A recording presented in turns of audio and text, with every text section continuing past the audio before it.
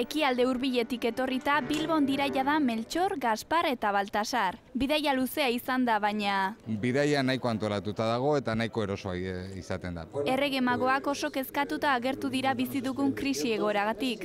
Bilbo grisa aurkitu omen dute.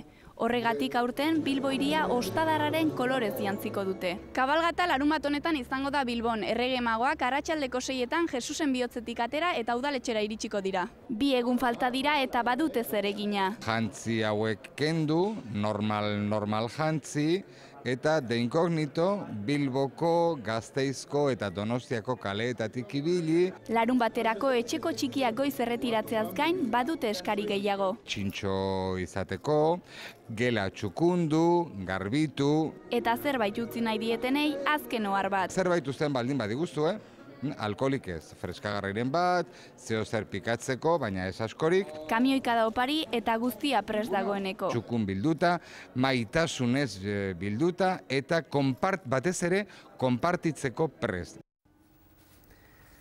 Eta irudiotan dituzuenak berriz, Donostiako kabalgatan erabiliko diren karrozak dira. Dena prest dute erregeak iristen direnerako. Iritsi antza denez, bizikletan iritsiko dira Donostiara errege magoek garraio ekologiko eta jasangarriaren alde egin nahi dute eta.